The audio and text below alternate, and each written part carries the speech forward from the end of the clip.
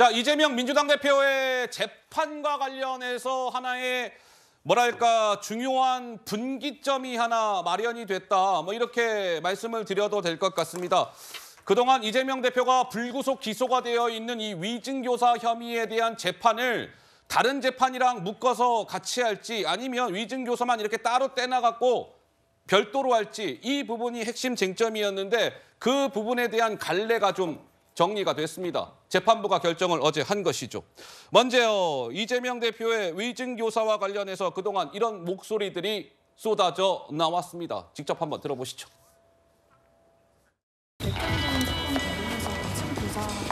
네, 계단 조심하세요. 신작 소설을 시작하는 모양인데 그래도 기초적인 사실은 좀 확인하고 하시는 게 좋겠습니다. 정진상과 김인섭을 통해서 김에게 접근하여 허위 증언을 요구했습니다. 그 결과 이재명 지사는 경기지사 임기를 무사히 마치고 대선에까지 출마할 수 있었습니다. 위증교사 사건은 정치적 운명이 걸리는 재판에서 가짜 증인을 내세워서 사실관계를 조작했던 사건이고 위증 사건을 많이 담당해 보긴 했지만 이처럼 중대한 사안은 처음입니다. 국정을 마무리시키겠다는 것이죠. 저를 비롯해서 지금 얘기되는 분들이 형사재판을 받거나 기소된 바가 있습니까? 위증교사라도 했습니까? 자, 이재명 대표 측에서는 그동안 다른 재판과 묶어가지고 위증교사 이것을 재판을 받아야 합니다. 이렇게 주장을 해왔죠. 그러니까 대장동, 위례, 성남FC, 백현동 이게 지금 하나의 재판부에서 하고 있는데 여기에 플러스 위증교사까지 얹어가지고 재판받을 수 있게 해주세요. 이게 이재명 대표 측의 주장이었고 검찰 측에서는 무슨 말씀, 위증교사는 따로 떼서 별도의 재판부에서 재판을 진행해야 합니다. 이런 주장이었는데 어제 재판부는 검찰 측의 주장에 손을 들어준 것이죠. 위증교사 오케이. 별도로 재판을 진행하겠습니다. 이렇게 결정을 한 것입니다. 그러자 당장 나오는 얘기는 내년 4월 총선 전에 이 위증교사 같은 경우는 사건이 그다지 그렇게 복잡하지 아니한 사건이기 때문에 내년 4월 총선 전에 1심 결과가 나올 수도 있겠다. 그래서 만약에 1심에서 이재명 대표가 집행유예를 포함한 금고 이상의 형이 선고가 되면 이거 이재명 대표 내년 총선 공천도 못 받게 되는 거 아니야? 불투명해졌다. 이런 얘기가 나옵니다. 박성민 최고는 동의가 되시는지 어떻습니까? 일단 뭐 재판 결과야 나와 봐야 아는 것이고 네. 또 1심이 만약에 이제 이재명 대표 측에 불리하게 결과가 나온다고 하더라도 그 부분에 대해서 뭐 항소를 진행하거나 하지 않겠습니까? 결과적으로 재판이 또 장기화될 가능성이 있어서 뭐 1심의 결과가 빨리 나온다고 할지라도 과연 그것이 이제 선거에 얼마만큼 영향을 줄 것이냐 그건 결국 판단이 나와 봐야 아는 문제라고 생각을 하고요. 저는 검찰의 논리가 약간 좀 이해가 되지 않고 좀 자기 모순적인 면을 검찰이 보여주고 있다라고 생각을 합니다. 검찰은 이재명 대표에게 가장 최근에 구속영장을 청구할 때 어떻게 보면 지금의 검찰이 주장하고 있는 대장동이나 쌍방울 건과는 전혀 다른 분리된 사안이라고 보기 때문에 분리기소를 했다라는 거잖아요. 이 위증교사 건과 관련해서. 근데 구속영장을 최근에 청구를 할 때는 이 사안까지 전부 다 포함시켜서 구속영장을 청구를 했습니다. 그러니까 어떻게 보면 본류가 아니라 지류의 사건을 이렇게 추가를 해서 구속의 필요성을 설명했던 과거의 검찰은 오간데 없고 이제는 재판부 앞에서 이 사안은 대장동과 쌍방울 이 건과는 완전히 다른 사안이기 때문에 별도로 봐야 된다. 이렇게 주장을 하고 있는 거죠. 전 이것이 과거의 검찰과 상당히 모순되는 형태를 보여주고 있는 것이고 결국 검찰의 기소라는 게 뭐 할 수도 있지만 결국에 이게 이재명 대표를 향한 좀 일종의 정치적인 목적을 띠고 있는 양태가 아니냐 이런 질문을 드릴 수밖에 없습니다. 근데 이게 이제 약간 이재명 대표가 만약에 이런 것이죠.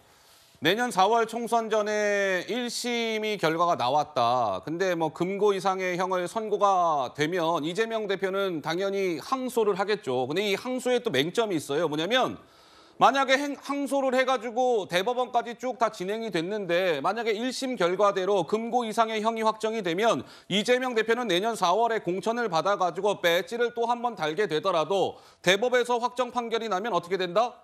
의원직을 내놔야 되는, 의원직을 잃게 되는 상황이 되기 때문에 이게 항소의 맹점이다. 이런 지적도 나오던데 조삼규 변호사 한 말씀 하시죠. 예. 지금 1심이 그 총선 전에 나올 거라는 거는 당연히 예측 가능합니다. 왜냐하면 이 사건은 속도가 매우 빠를 수밖에 없습니다.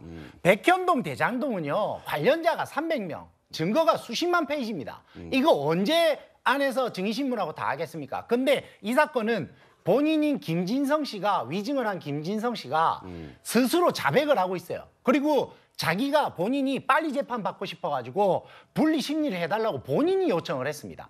자, 그리고 녹취록, 증거 이미 다 제출해가지고 다 이게 김진성 씨가 본인이 배신당할 걸 대비해서 보험 들어놓은 증거들이 다 있습니다. 그리고 방어권과는 전혀 무관합니다. 그래요? 왜? 백현동 대장동 사건하고는요. 이거 사건의 본류가 다르기 때문에 방어권 행사 방식이 다릅니다. 자, 그리고 우리 박채곤님께서도 말씀하셨는데 그 부분에 대해서 제가 좀 반박을 하겠습니다. 이 위증교사 사건은요. 실형 또는 집행유예가 기본형이기 때문에 이 건 하나만으로도 구속영장이 나올 수도 있습니다. 그래서 오히려 제 생각은 이게 다른 사건하고 묶어서 영장을 청구한 것 자체가 검찰에서 오히려 이재명 대표에 대해서 배려를 한 것이고요. 별도로 영장실질심사를 했어도 영장이 나올 수도 있는 가능성이 있는 사건이었습니다. 예. 왜? 1년 6개월이 기본형인데 3년까지 늘어날 수 있단 말이죠. 네. 그런데 가중 요소 두 가지, 경제적 이권이 적용됐다거나 아니면 재판에 영향을 미쳤다거나. 근데 재판에 영향을 미쳤죠. 그래서 대선 출마까지 하셨죠. 그러니까 제가 생각할 때는 1심에서 오히려 실형이 나와가지고 법정 구속이 될 가능성도 있다. 법정 구속이 될 수도 있다? 1심에서 실형이 나오면 법정 구속 될 수 있습니다. 다만 네. 일반적으로는 법정 구속이 되나 네. 조국 전 장관처럼 1심에서 실형이 나와도 법정 구속을 네. 면하는 아주 예외적인 경우가 존재하기는 합니다. 하지만 원칙대로라면 당연히 1심에서 실형이 나와야 되고 실형이 나오면 이재명 대표는 바로 구속이 돼야 되는 것이죠. 예, 김정혁 위원장님. 그 법원 중에서 왜 그런 얘기 있잖아요. 지체된 정의는 정의가 아니다. 네. 뭐 이런 얘기 하는데 지금 그런 일이 많았었습니다. 최강욱 의원이라든가 윤미향 의원이라든가 그리고 뭐 조국 전 장관이라든가 재판이 몇 년씩 질질 늘어지면서 그분들이 뭐 누릴 수 있는 건 다 누리는 그런 사태가 벌어졌는데 그건 옳지 않은 거잖아요. 그리고 이 사건 같은 경우는 또 다른 그러니까 저 이재명 대표로부터 그 허위 증언 요구를 받았던 분이 같이 기소가 돼 있는데 그분이 빨리 좀 끝내라. 나도 이거 여기에 대한 사법적 판단을 빨리 내려달라고 요구하고 있는데 예. 이재명 대표를 위해서 그걸 병합해서 몇 년을 질질 끌겠다라는 것은 기본적으로 말이 안 된다고 생각하고요. 그리고 또 하나는 저 그 녹취록 얘기를 들어보면 아니 정치인이 저렇게 대놓고 네. 남에게 거짓말로 증언을 해달라고 위증을 해달라고 요구를 할 수 있는 건가? 라고 굉장히 충격적이거든요. 근데 그러면 뭐 대장동, 백현동, 그다음에 뭐 저 대북송금 그런 걸 다 떠나서라도 다른 사람에게 그렇게 노골적으로 위증을 해달라고 요구하는 사람이 정치 지도자가 되면 되는 겁니까? 그런 분이 국회의원이 되면 되는 겁니까? 그럼 그런 부분들에 대해서 사실관계를 분명히 그 법원에서 빨리 밝혀줘야 될 필요가 있을 것 같고 예. 저는 그 법원에서 그런 걸 그 판결을 내리기 전에 적어도 자기의 목소리가 담긴 녹취록이 다 공개됐잖아요. 예, 네네. 그럼 이재명 대표는 거기에 대해서 법적인 게 아니라 정치인으로서 정치적으로 해명을 해야 돼요. 저 목소리는 제 목소리가 아닙니다. 라든가 네네. 제가 저렇게 말했지만 그때 제가 잘못했습니다. 라든가 그런 걸 얘기를 안 하고 계세요. 아니 어떻게 당대표라는 책임 있는 정치인이 법률에서 그거 나올 때까지 나는 입 다물고 있겠다? 이게 말이 됩니까?